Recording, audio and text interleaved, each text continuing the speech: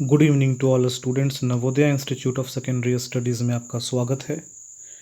Class 10 के chemistry के concept building classes में आज हम लोग पढ़ने वाले हैं वॉशिंग सोडा की केमिकल प्रॉपर्टी।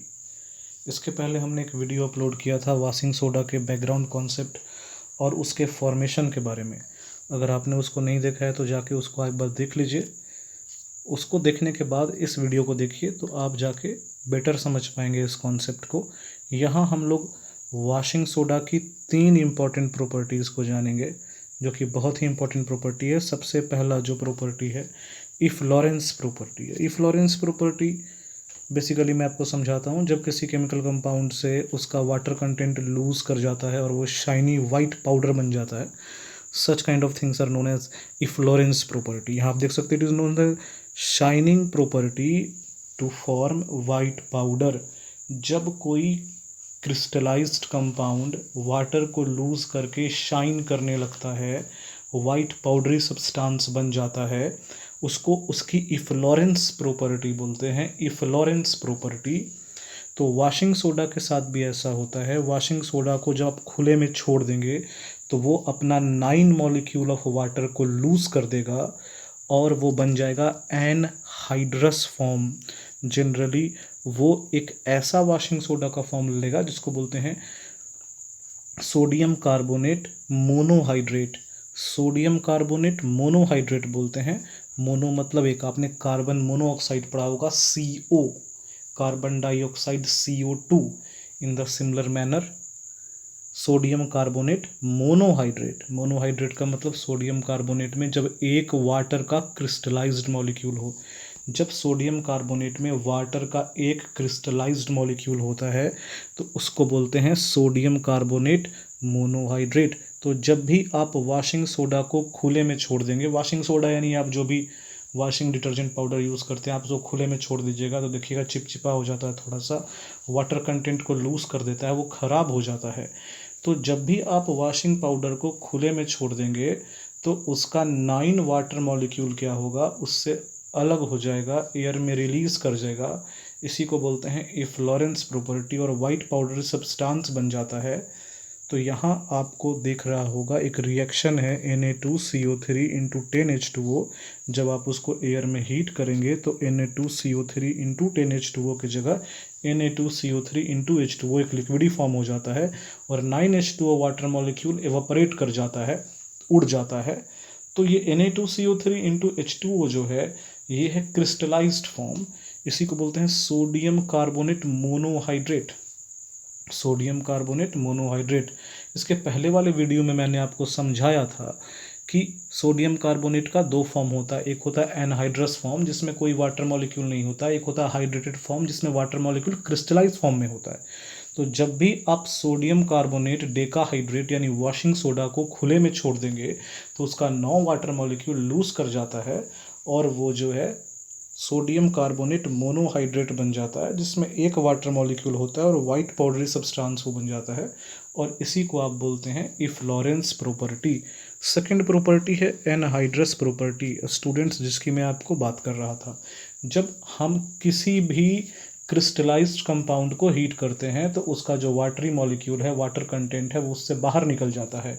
तो जब उसका वाटर कंटेंट उससे बाहर निकल जाता है तो उसका क्रिस्टलाइज्ड फॉर्म उससे बाहर निकल जाता है वाटर का, यानी वाटर ऑफ क्रिस्टलाइजेशन जब उससे बाहर निकल जाता है तो वो एनहाइड्रस फॉर्म ले लेता है। यानी एनहाइड्रस फॉर्म का मतलब क्या हुआ कि जब आप किसी केमिकल कंपाउंड को हीट करते हैं तो उसका वाटर ऑफ क्रिस्टलाइजेशन जब चला जाता है तो वही कहलाता है आपका एनहाइड्रस प्रॉपर्टी। यानी किसी भी केमिकल कंपाउंड की वो प्रॉपर्टी जिसमें वो अपना वाटर ऑफ क्रिस्टलाइजेशन को लूज कर दे उसको बोलते हैं एनहाइड्रस प्रॉपर्टी। उसी तरह से वॉशिंग सोडा के साथ भी होता है। वॉशिंग सोडा को जो आप हीट कीजिएगा तो उसका 10 का 10 वाटर मॉलिक्यूल निकल जाता है और वो सोडियम कार्बोनेट बन जाता है, जिसको आप कभी कभी अपने पढ़ा होगा प्रिपरेशन वीडियो में, मैंने आपको बताया है सोडा ऐश बोलते हैं। तो सोडा ऐश का जो फॉर्मूला है वो और सोडियम कार्बोनेट का जो फॉर्मूला है वो दोनों सेम है। अंतर ये है कि सोडियम हाइड्रोजन कार्बोनेट को हीट करने पे सोडा ऐश बनता है और ये सोडियम कार्बोनेट है जब आप वॉशिंग सोडा को खुले में छोड़ देंगे तो ये बनता है सोडियम कार्बोनेट मोनोहाइड्रेट। लेकिन जब वॉशिंग सोडा को हीट कीजिएगा तो फिर ये बन जाएगा सोडियम कार्बोनेट। आप इसको सोडा ऐश भी बोल सकते हैं या एनहाइड्रस सोडियम कार्बोनेट ही बोल सकते हैं। देखिए यहाँ रिएक्शन में है सोडियम कार्बोनेट डेकाहाइड्रेट यानी वॉशिंग सोडा को आपने हीट किया, डेल्टा का साइन आप देख रहे हैं। जब भी आप वॉशिंग सोडा को हीट करेंगे तो वो जो है सोडियम कार्बोनेट बन जाएगा यानी एनहाइड्रस सोडियम कार्बोनेट बन जाएगा और 10H2O बाहर हो जाएगा। तो इसी को हम लोग बोलते हैं एनहाइड्रस प्रॉपर्टी। थर्ड है इफरवेंस प्रॉपर्टी। इफरवेंस प्रॉपर्टी क्या होता है? जब किसी भी सॉल्ट को या कोई भी कंपाउंड को आप एसिड के साथ रिएक्ट करते हैं तो वाटर और कार्बन डाइऑक्साइड एक साथ प्रोड्यूस होता है और वो झाग बनता है, उसी को इफरवेंस बोलते हैं। तो इफरवेंस प्रॉपर्टी क्या होता है? जब आप वॉशिंग सोडा को किसी भी एक्वस सॉल्यूशन ऑफ एसिड के साथ रिएक्ट कराएंगे तो कार्बन डाइऑक्साइड और वाटर रिलीज होता है। इसी प्रोसेस को इफरवेंस प्रॉपर्टी बोलते हैं। यानी जब भी आप वॉशिंग सोडा को सल्फ्यूरिक एसिड या हाइड्रोक्लोरिक एसिड के साथ रिएक्ट करवाएंगे तो कार्बन डाइऑक्साइड गैस और वाटर रिलीज होगा।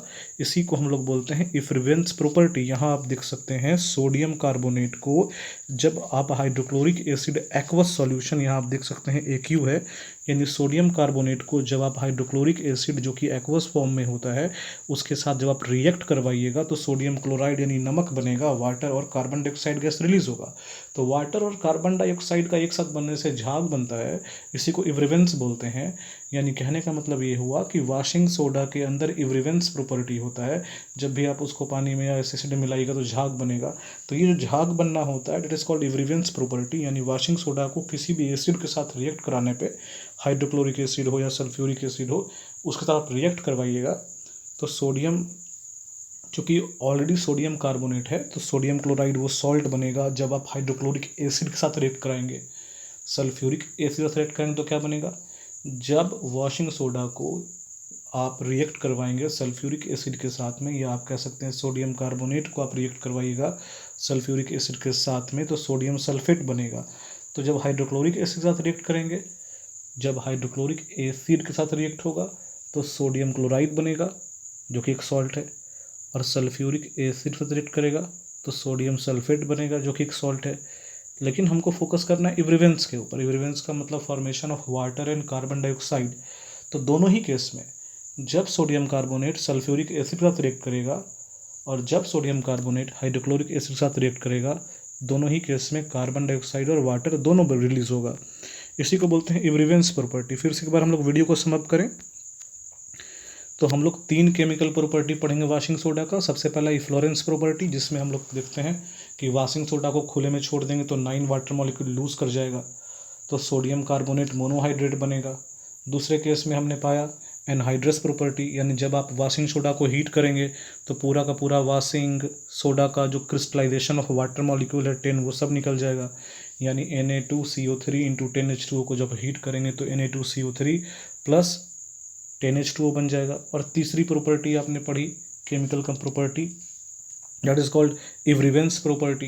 इफरवेंस प्रॉपर्टी में हम लोग ये जानते हैं कि जब भी आप सोडियम कार्बोनेट को किसी भी एसिड के साथ रिएक्ट कराएंगे, खासकर हाइड्रोक्लोरिक एसिड और सल्फ्यूरिक एसिड जो कि स्ट्रॉन्ग मिनरल एसिड है, तो वो इफरवेंस बनेगा यानी झाग बनेगा, यानी कि वाटर और कार्बन डाइऑक्साइड प्रोड्यूस करेगा।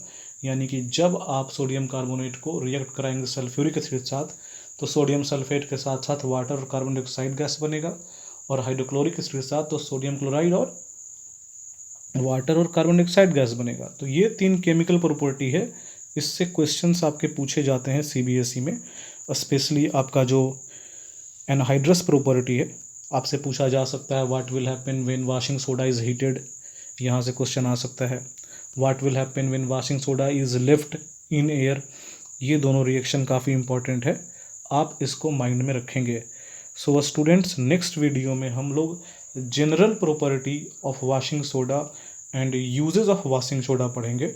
टिल देन स्टूडेंट्स, आपको कोई भी क्वेरी पूछनी हो, कोई भी क्वेश्चन पूछना हो इस वीडियो से रिलेटेड, कमेंट बॉक्स में आप पूछ सकते हैं। इस वीडियो का PDF जो है टेलीग्राम पे प्रोवाइड कर दिया जाएगा। Till then, stay safe, stay alert and study. Have a nice day.